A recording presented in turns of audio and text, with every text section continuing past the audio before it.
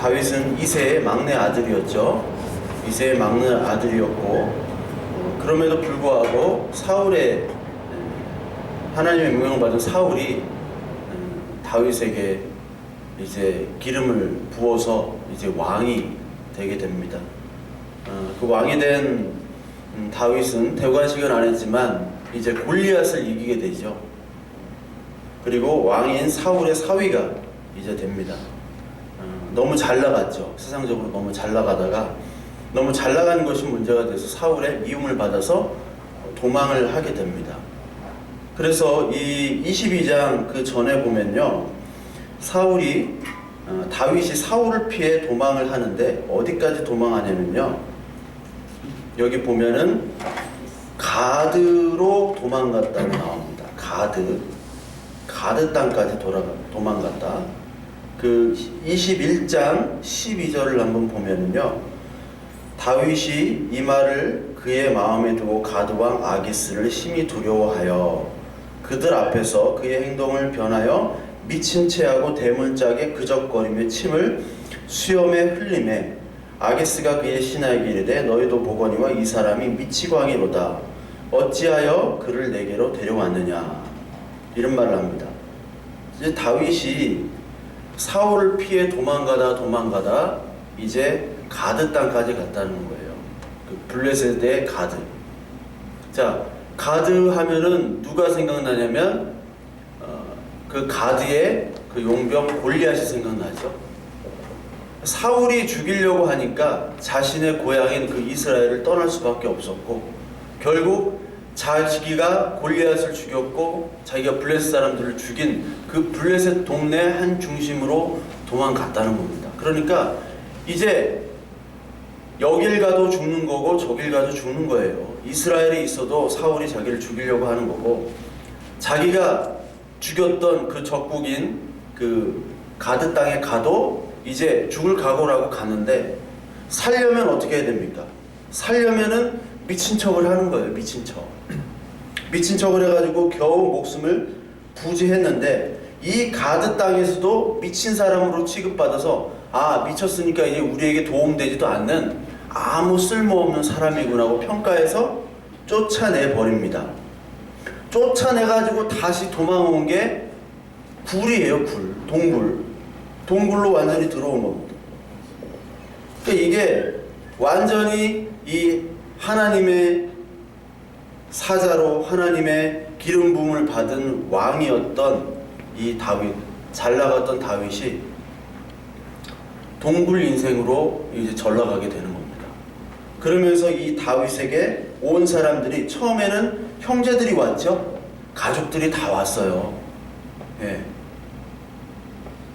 그리고 다음에 누가 옵니까? 2절은 환난당한 모든 자, 빚진 자, 마음이 원통한 자, 이런 사람들이 온 거죠. 여기에는 뭐 빚진 자, 빚져가지고 빚을 못 갚으니까 야반도주를 한 거겠죠.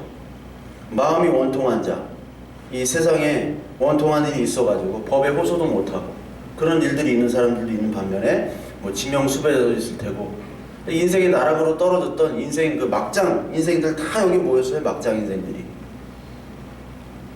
누가 막장 인생의 우두머리입니까? 다윗이에요. 그러니까 이게 바로 누구를 얘기하냐면 인간의 본래의 모습을 얘기하는 겁니다. 다 잘났다고, 다 잘 살아보겠다고, 다 열심히 하겠다고 자기 나름대로 했는데 그게 다 헛수고로 돌아가서 결국 굴로 쫓기가는 인생들이 모인 곳이 바로 사실은 이 세상이에요. 굴에 있는 거나 굴에 밖에 있는 거나 똑같은데, 굴에 있는 사람은 자기들이 이제 열등감이 있는 거죠. 나는 해도 안 되는구나. 그리고 굴 밖에서 있는 사람들은 나는 이렇게 잘 되는구나. 그런데 하나님의 평가는 똑같아요. 굴에 있으나 굴에 없으나, 즉 하나님 안에 있거나 하나님 안에 있지 않거나 그런 평가지 굴하고는 전혀 상관없습니다. 그래서 다윗은 사실은 원래 이 굴 밖에 있을 때, 굴 밖에 잘 나갔을 때 사실은 하나님과 거리가 점점 멀어졌던 사람이었어요.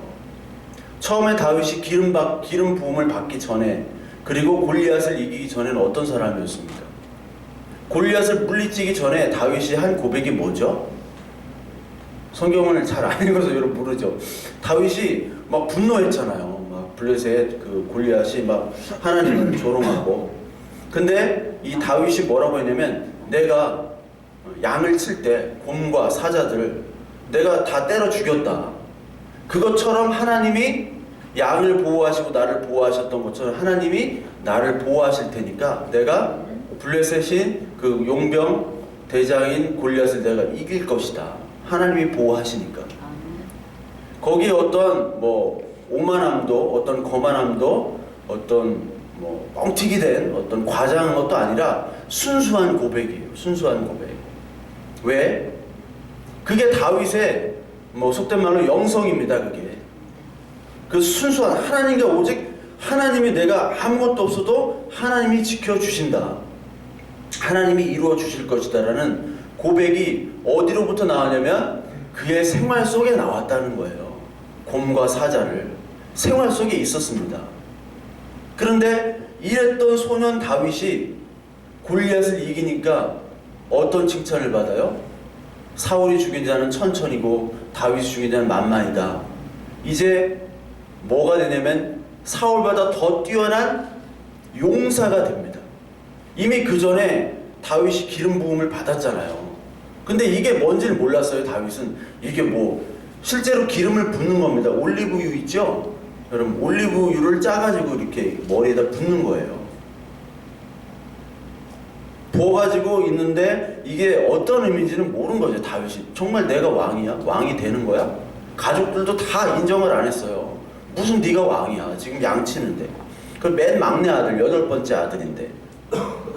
그런데 이제 현실이 되어 나타나는 거죠. 내가 블레셋 골리앗을 이기고 나니까 사람들이 칭찬하는 거예요. 그리고 사울의 사위가 됐습니다. 이제 왕이 된 거예요. 이제 사울이 죽으면 내가 왕이 되는 거예요. 진짜네? 진짜 내가 왕이 되나 보다. 그때부터 이제 믿어지게 되는 거죠. 이게 하나님이 약속하셨구나. 근데 이게 문제예요. 그 다음부터는 내가 용사하고 왕이 되는 겁니다. 이게 심각한 거예요. 전에는 그냥 소년이었어요. 그 들판 광야에서 하나님이 지켜주실 거라는 그 하나 믿음 가지고 막대기 가지고 나왔는데 지금은 막대기를 집어 던진 상태예요. 막대기가 없어도 돼요. 왜? 사람들이 나를 보호해 주니까. 하나님이 보호하는 게 사람들이 보호해 줘요. 하나님이 보호하는 게 아니라 내 돈이 보호하고 내 가진 게 보호하고 내 인기가 보호해 주는 거예요. 그러다 보니까 이것을 성경에서는 용사라고 합니다. 용사. 창세기 10장 10절을 한번 볼까요? 창세기 10장 10절에 용사가 나옵니다. 창세기 10장 10절.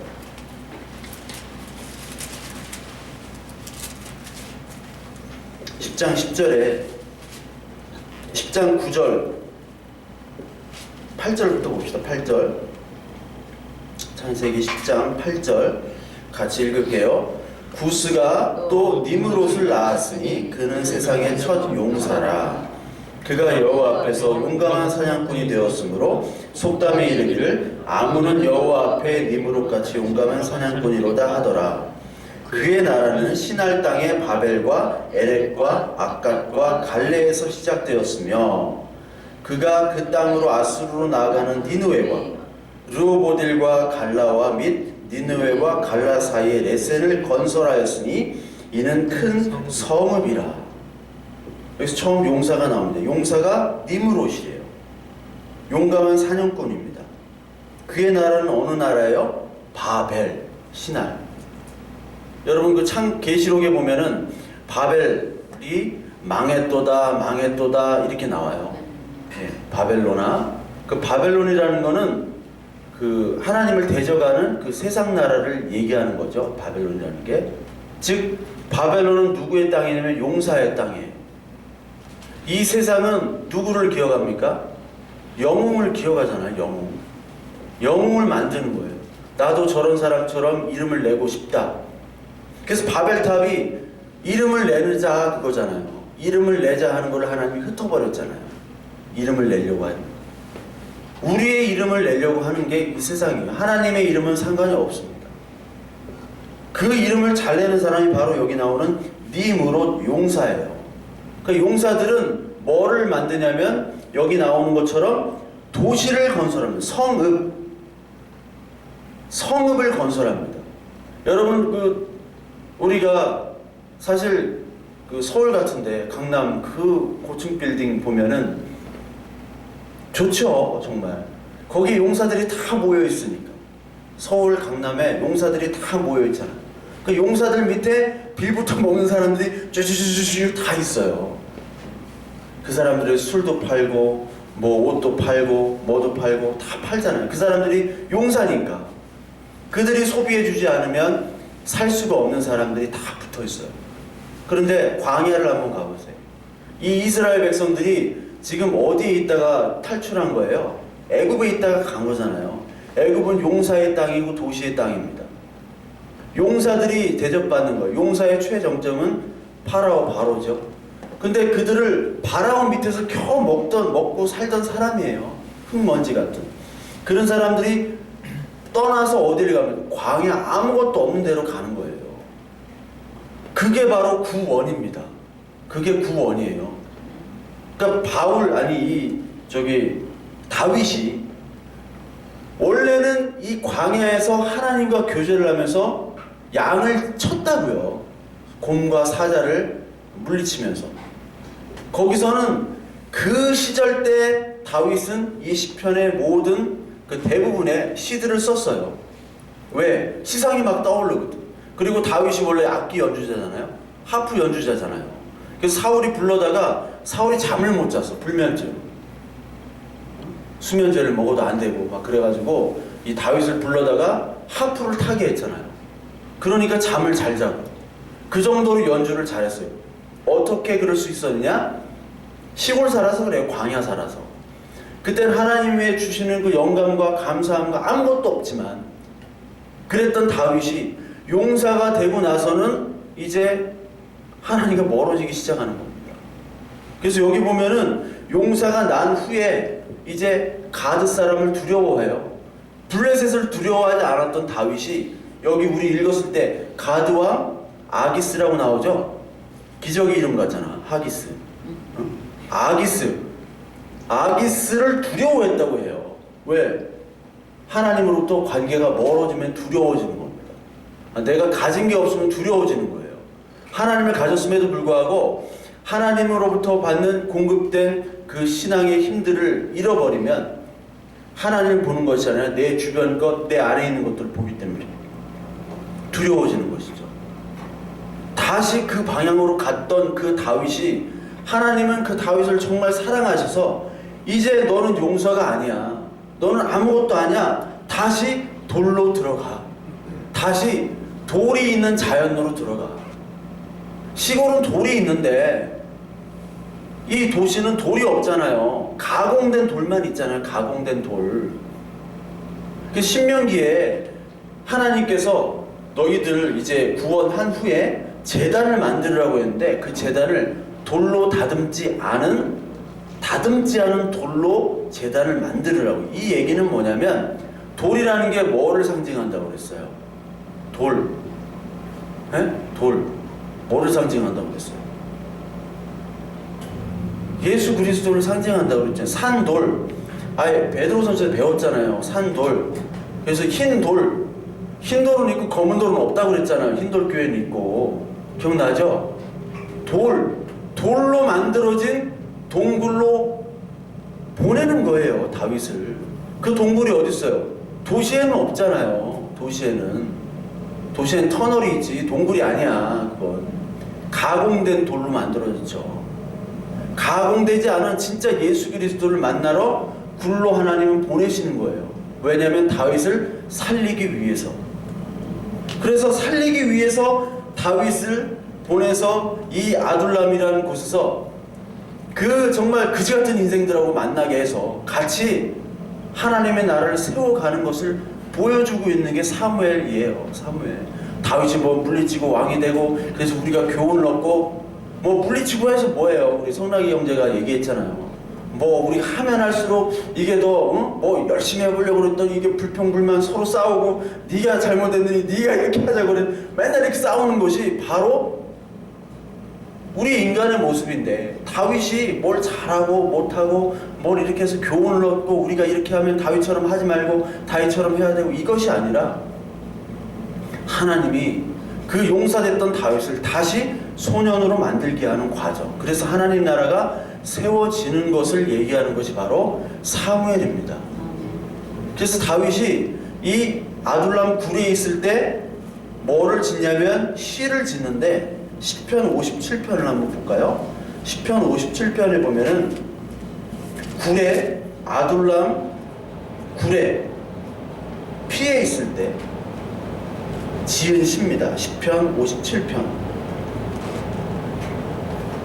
57편 제가 1절부터 한번 읽어보겠습니다. 하나님이여 내게 은혜를 베푸소서, 내게 은혜를 베푸소서. 내 영혼이 주께로 피하되 주의 날개 그늘 안에서 이 재앙들이 지나기까지 피하리이다. 내가 지존하신 하나님께 부르짖으며 곧 나를 위하여 모든 것을 이루시는 하나님께로다. 그가 하늘에서 보내사 나를 삼키려는 자의 비방에서 나를 구원하실지라. 하나님이 그의 인자와 진리를 보내시리로다. 내 영혼이 사자들 가운데서 살며 내가 불사르는 자들 중에 누웠으니 곧 사람의 아들들 중에라. 그들의 이는 창과 화살이요 그들의 혀는 날카로운 칼 같도다. 하나님이여 주는 하늘 위에 높이 들리시며 주의 영광이 온 세계 위에 높아지기를 원하나이다. 그 7절 한번 볼게요. 하나님이여 내 마음이 확정되었고 내 마음이 확정되었사오니 내가 노래하고 내가 찬송하리이다. 내 영광아 깰지어다. 비파야 수금아 깰지어다. 내가 새벽을 깨우리로다. 이 고백이 옛날에 소년시대 때는 고백을 했어요. 네? 소년시절. 근데 용사가 되고 나니까 고백이 안 돼요. 사울이 죽이려고 하니까 어떻게 하면 살까? 이 머리만 돌아가는 거예요 지금. 아, 하나님이 나를 살려주시겠지, 보호해 주시겠지. 왜? 왕으로 책임져 줬으니까.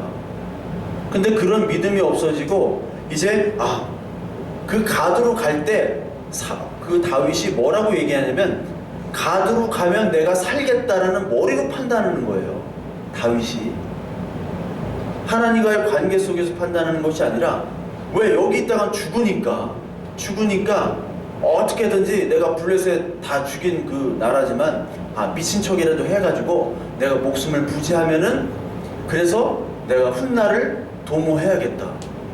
이게 한자성어로 권토중래라고 하잖아요. 탁 도망갔다가 다시 내가 올 거야, 복수하러. 지금은 목숨을 부지하고 있어야 돼. 그 다윗의 고백이 없어지니까 머리로만 판단했던 이 다윗을 다시 하나님은 굴로 싸매는 거죠. 굴이 돌로 만들어졌으니까, 즉 하나님의 보호 아래 처박아 놓고 빛만 약간 보이게 하는 거예요. 우리도 그럴 때 있잖아요. 내가 잘 나갔다가 갑자기 내가 원치 않는 나락에 떨어지는 거예요.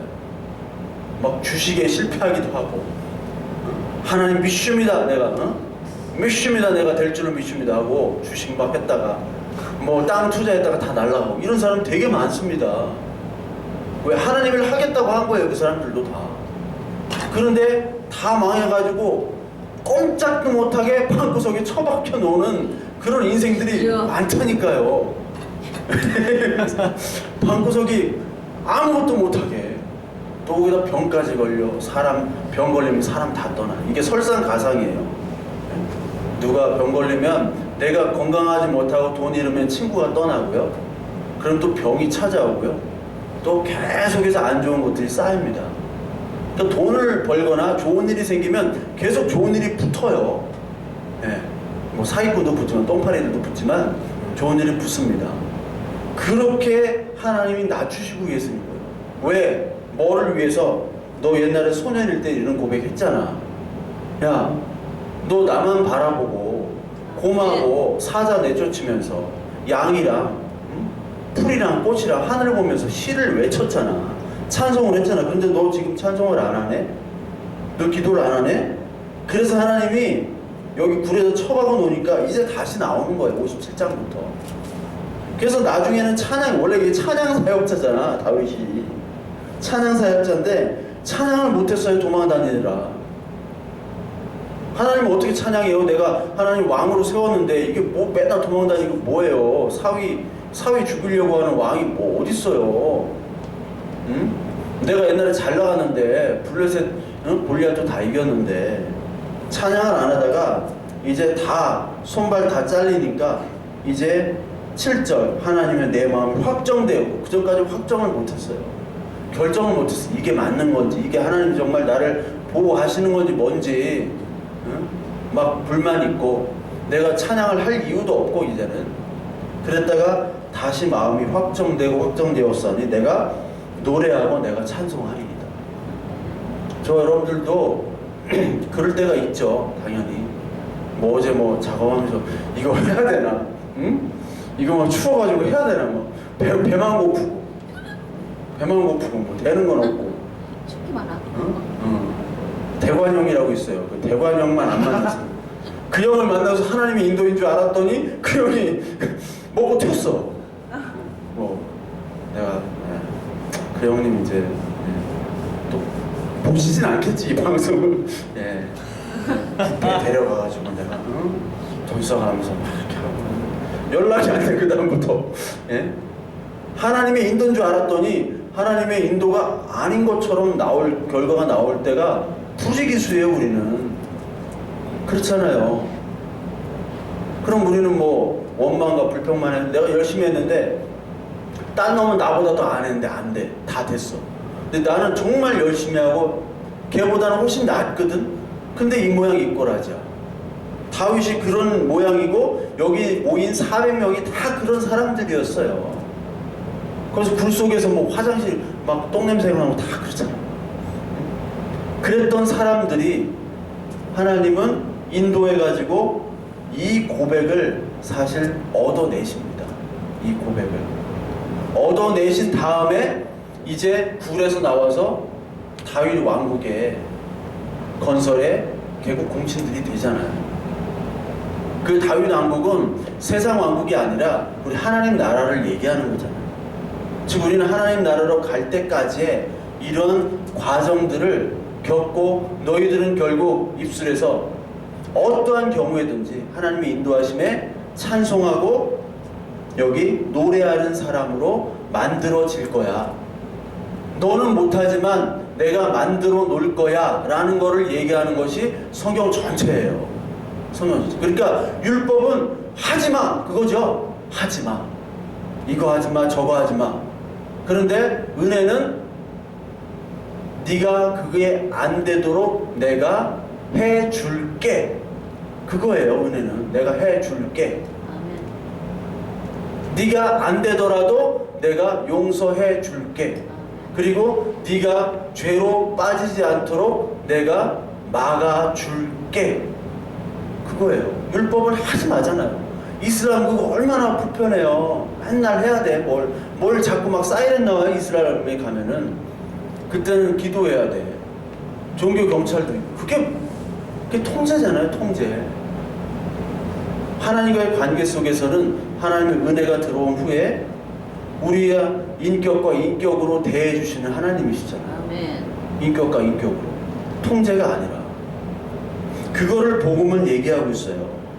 그래서 이 용사들은 뭐를 주장하냐면 율법을 주장합니다. 율법. 여러분 율법이라는 게 뭘까요? 율법. 율법이 뭘로 배웠어요? 율법하면 청년들이나 모든 이 성도님들이 딱 생각하기에 예배 드리는 거, 그리고 주일 날 뭐 안 사 먹는 거. 나도 옛날에 사 먹었다가 혼났어. 자판기 커피 빼먹었다가 막 다 그때 우리 신학생이 4명 있는데 다 4명 다 불렀어요. 그래가지고 그 등록금도 좀 이렇게 대주고 그랬는데 이 새끼들 뭐 주일날 사 먹었다고. 되게 혼났어요 진짜. 그리고 11조 잘 내고 새벽 예배 꼭 나오고. 그게 율법인 줄 알아요. 율법이 뭘까요? 이 시대 율법이. 예? 율법과 복음을 얘기하는데 율법이 뭘까요? 이 시대 나에게 율법이 뭘까요? 율법은 내가 자랑할 수 있는 모든 것, 내가 하고자 하는 노력의 모든 것이 사실 율법이에요. 과학자에게 율법은 뭡니까? 과학 자체예요. 자기가 알고 있는 법칙. 수학자에게 율법은 그거예요, 그냥. 율법은 내가 잘하는 것, 내가 원하는 것, 내가 가지고 싶은 것, 내가 잘해서 요것들을 자랑할 수 있는 것들이 율법이에요. 근데 그 율법을 가지고는 자랑하지만 결론은 뭐냐면 죽음이라고 성경은 나와요. 죽음. 왜? 다윗도 왕의 기름을 부분 받아가지고 다윗이 왕이 됐지만 이제 그 왕이라는 타이틀 자체가 율법으로 온 거예요. 이제는 완전히. 아, 내가 진짜 나는 아무것도 아니었는데 진짜 왕이 되나 보다. 그때부터 왕이라는 타이틀이 율법이에요. 그게 내가 꼭 해야지. 해내고 말 거야. 나를 증명해 보일 거야. 난 이런 사람이야. 난 말하면 끝까지 지키고, 나는 말하면 정말 모든 것들을 성취할 수 있는 사람이야. 그러니까 나한테 함부로 하지 마. 그게 율법이에요. 그래서 바리새인들이 그렇게 막 밤새도록 율법을 지켰던 거예요. 남이 볼 때는 더 잘 지키고. 왜? 나는 너희들이랑 종자가 달라. 옛날에 옛날 담임 목사님이 종자가 다르다고, 저것들하고 나랑 종자가 다르고 그런 말을 하시더라고. 네. 나 거기서 저분 목사가 맞나. 그거에 바로 율법이에요. 그 율법은 곧 하나님께는 인정받지 않는 사망으로 간다는 거예요. 그 갈라디아서 3장에 나옵니다. 그 말씀이. 갈라디아서 3장을 한번 볼까요? 갈라디아서 3장 10절. 신약성경 304페이지입니다. 갈라디아서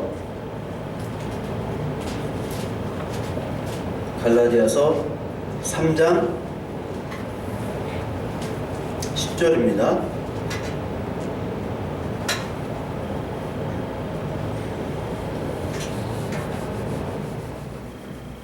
네, 10절 우리 같이 읽기 10절부터 14절까지 한번 같이 읽을게요. 무릇 율법 행위에 속한 자들은 저주 아래 있나니 기록된 바 누구든지 율법책에 기록된 대로 모든 일을 항상 행하지 아니하는 자는 저주 아래 있는 자라 하였습니다. 또 하나님 앞에서 아무도 율법으로 말미암아 의롭게 되지 못할 것이 분명하니 이는 의인은 믿음으로 살리라 하였습니다. 율법은 믿음에서 난 것이 아니니 율법을 행하는 자는 그 가운데서 살리라 하였느니라. 그리스도께서 우리를 위하여 저주를 받은 바 되사 율법의 저주에서 우리를 속량하셨으니 기록된 바 나무에 달린 자마다 저주 아래 있는 자라 하였습니다. 이는 그리스도 예수 안에서 아브라함의 복이 이방인에게 미치게 하고 또 우리로 하여금 믿음으로 말미암아 성령의 약속을 받게 하려 함이라. 이 율법, 우리가 자랑하고 우리가 행하는 모든 이 것들, 인간의 모든 노력과 평판과 문명, 이 모든 것들은 여기 10절에 나온 것처럼 저주 아래 있는 거죠. 저주 아래. 지금 가장 큰 율법이 돈이 아닙니까? 돈이 있는 놈이 돈 없는 놈한테 뭐라고 해요? 그게 뭐냐면 나는 율법을 지켰는데 너는 왜 율법을 못 지켜? 나는 이렇게 돈 많이 벌었는데 너 왜 돈 못 벌어? 그 너는 나쁜 놈, 나는 좋은 놈. 유전무죄, 무전유죄잖아요. 그 인간의 율법 잣대, 인간의 돈의 잣대, 힘의 잣대로 평가를 하는 거예요. 그게 바로 율법입니다. 근데 그 율법은 죽는 거예요. 왜? 쉼이 없기 때문에. 쉬질 못해요. 율법을 지키려고. 지금 세상 사람들은 쉬질 못합니다. 뭐 일 때문에도 쉬질 못하지만 남의 눈치를 봐요. 남의 평가에 목말르잖아요. 여러분, 내가 이 세상에 혼자 살면 내가 가장 이쁘잖아요. 내가 머리숱이 최고 많아. 이 세상에서. 내가 최고 예쁘고 최고 똑똑하고 최고 잘났어요. 근데 다른 사람이 있으니까 못하는 거 아니에요. 그것 때문에 피곤한 거예요, 지금. 그것 때문에요. 그것 때문에 인생이 너무 피곤해. 그걸 따지다 보니까 상중하가 나옵니다. 상중하가. 그거로부터 해방을 시키는 것이 바로 하나님입니다. 예수 그리스도. 그래서 이 세상은 계속 공격하고 정죄해요. 시편 57편에서도 사람들이 다윗을 계속 공격하고 정죄해야 한다는 표현을 해요. 왜 공격하고 정죄해요? 네가 왕으로 될 줄 알았는데 왕이 못 됐다 그거죠. 그러면 너는 이제 하나님부터 멀어진 사람이야? 너는 이제 완전 실패 낙오자야? 그렇게 낙인을 찍는 것이 바로 공격입니다. 그거로부터 하나님은 해방시켜 주시기 위해서 굴로 똑같은 놈들 모이게 하는 거, 똑같은 놈들, 예? 비교 못하게. 그래서 왕이 다윗이 거기 우두머리라는 표현을 하지만 무슨 우두머리예요 그게. 우두머리 괴수, 그지 괴수가 더 그지지. 그렇게 만들어 버리는 거예요. 그래서 이 구원이라는 건 더 이상 율법으로부터 정죄받지 못하게, 사람의 평가나 사람의 행위로부터 정죄하지 않도록 해주는 거예요. 이게 로마서 8장에 나옵니다. 로마서 8장 한번 볼까요? 로마서 8장 1절. 여러분들 너무 잘 아시는 말씀인데 정죄함이 없습니다. 왜요? 예수 그리스도께서 다 우리의 허물을 덮으시고 했다 안 했다로 판단하지 않으세요. 너 이거 돈 못 벌었으니까 너 안 돼? 너 이거 못했으니까 안 돼 너는? 아니에요. 내가 다 해놨으니까 그냥 너는 쉬어. 어? 굿이나 먹고 떡이나 먹어. 굿이란 얘기 하면 안 되는데. 하여튼 예. 8장 1절 우리 한번 봅시다. 8장 1절. 자, 같이 읽겠습니다. 시작. 그러므로 이제 그리스도 예수 안에 있는 자에게는 결코 정죄함이 없나니. 어떤 것으로부터 정죄해요? 율법으로부터 정죄해요. 율법은 다른 사람의 판단으로부터 정죄하는 거예요. 다른 사람의 행위로부터 정죄받는 것으로부터 해방하는 거예요. 이제 더 이상 율법의 정죄함이 없습니다. 이는 그리스도 예수 안에 있는 생명의 성령의 법, 율법에서 성령의 법으로 가죠. 죄와 사망의 법에서 너를 해방하였습니다. 그리스도의 법, 하나님 나라의 법은 이 세상의 바벨론 용사의 법과는 다르다는 거죠. 즉 내가 해줄 거야. 내가 할 거야. 너는 쉬어.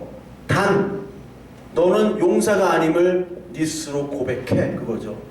다윗이 이제 용사인 줄 알았어요. 이제 나 이제 기고만장하게 난 이제 골리앗도 물리치고 이제 가는 곳마다 인기가 끄니까 자기가 최고인 줄 알았다가 이제 완전히 나락으로 떨어지죠. 사울을 통해서 또 쓰시는 거예요. 사울이 몽둥이가 돼가지고 굴로 쳐박게 하는 거예요. 하나님이 굴로 쳐박게 하니까 거기서 무슨 용사 타령을 하겠어요.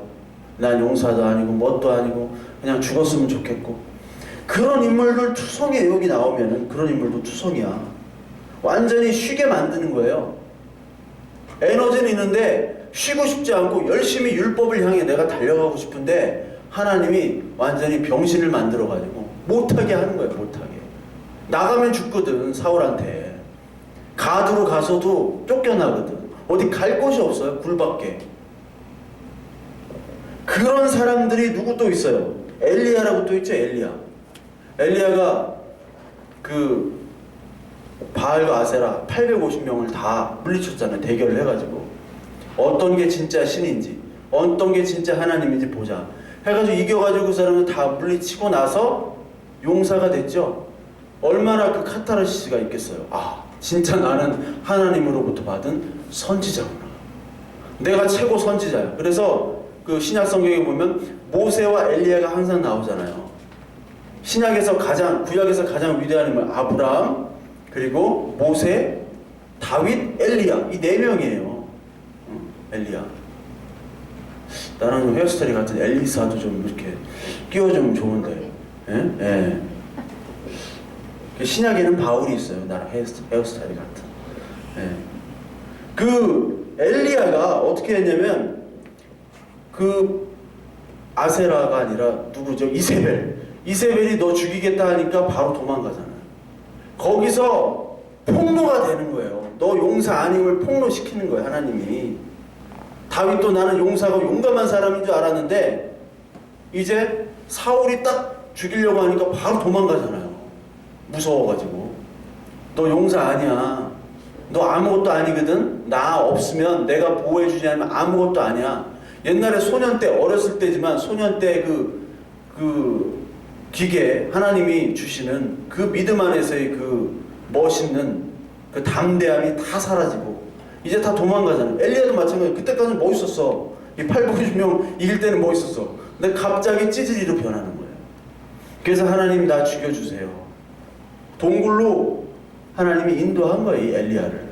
그래서 하나님이 주시는 음식 먹고 하나님이 그 넝쿨 이 해가지고 이 근을 가려주고 햇빛을 가려주고 겨우 그걸로 살면서 하나님의 은혜를 다시 체험할 때 하나님이 이제 명령을 하시죠. 세 가지 아주 가장 쉬운 뭐 이렇게 안수해주고 뭐 왕으로 삼고 그게 있어요.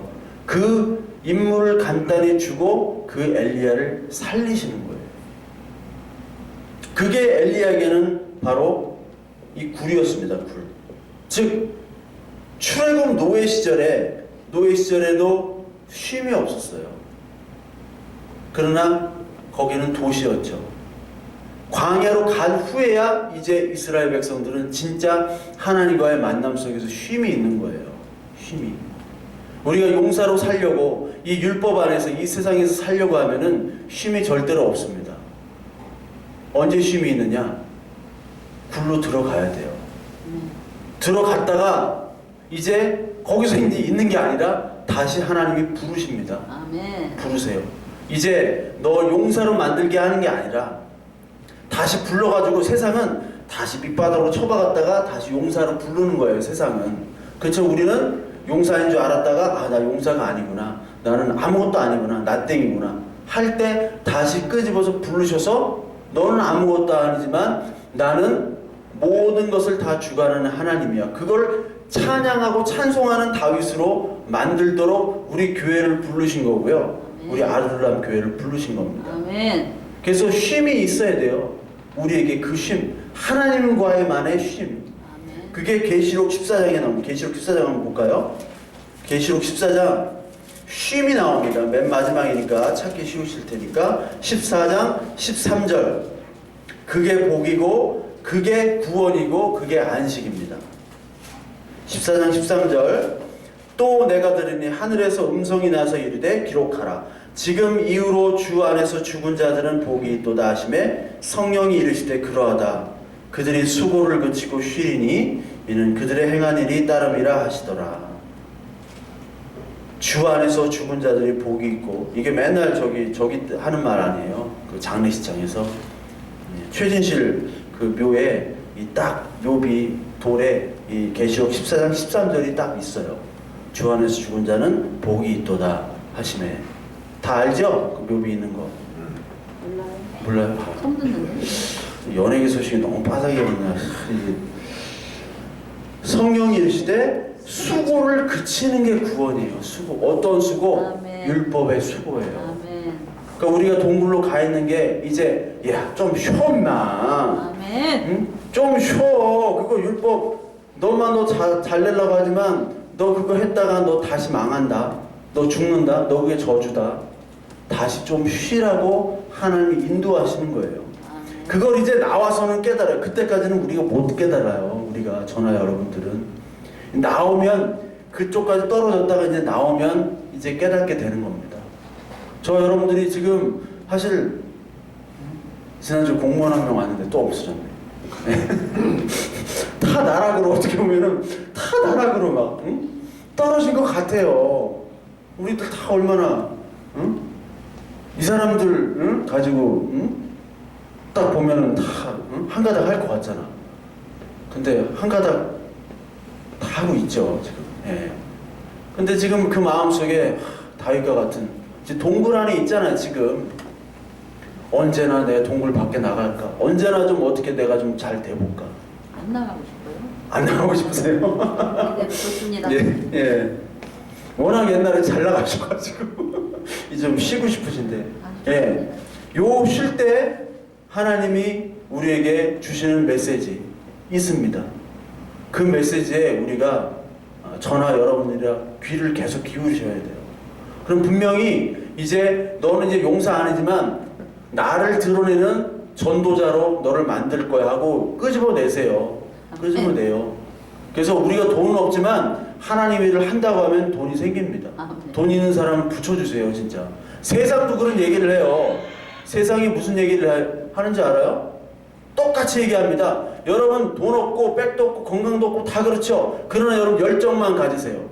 열정 가지고 미친 듯이 뛰면 돈 있는 사람이 여러분들 붙습니다.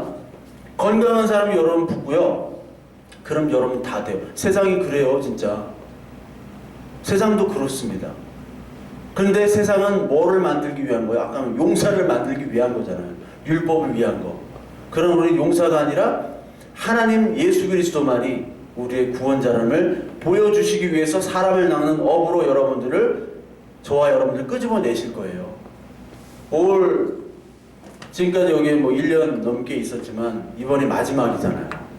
뭐 저쪽 가면 어떻게 되든 저쪽 일단 가야 돼요. 일단 가서 더 환경이 더 안 좋을 수도 있어요. 잠시는. 그러나 그러면 함에도 우리가 이 땅에 살아가는 것이 뭐 우리가 건물이나 이런 것들이 아니라 정말 하나님의 부르심에 우리가 과연 이 굴이지만 하나님이 어떤 메시지를 우리에게 하고 계시는가, 그것들에 귀 기울이면서 앞으로 저 월평시대 장대 시대를 막내려서 월평시대에서 정말 우리 영혼이 살고, 그리고 정말 저쪽에 참 다 유흥가들이고 참 어려운 친구들, 그 교회 앞에 사람 하나 잘 안 다녀요. 한 시간에 한 명 올까 말까. 그렇지만 우리가 거기에 있는 그 하나님이 주신 동굴이 아니라 방구석에 처박혀 있는 굴들, 인생들이 있거든요. 방구석에 처박혀 있는 굴들, 인생들, 그 인생들을 위해서 하나님께서 우리들을 또 만들어 가실 겁니다. 저도 여러분들도 사실 지금 뭐 쉽진 않아요. 할 것도 있고 뭐 만들 것도 있고 좀 꾸며야 되기도 하는데 뭐 가진 게 없고, 그렇지만 우리가 하나님 앞에서 기도하면서 그렇게 갈 때 하나님은 분명히 우리에게 큰 은혜와 인도하심을 주실 것입니다. 아멘. 그래서 오늘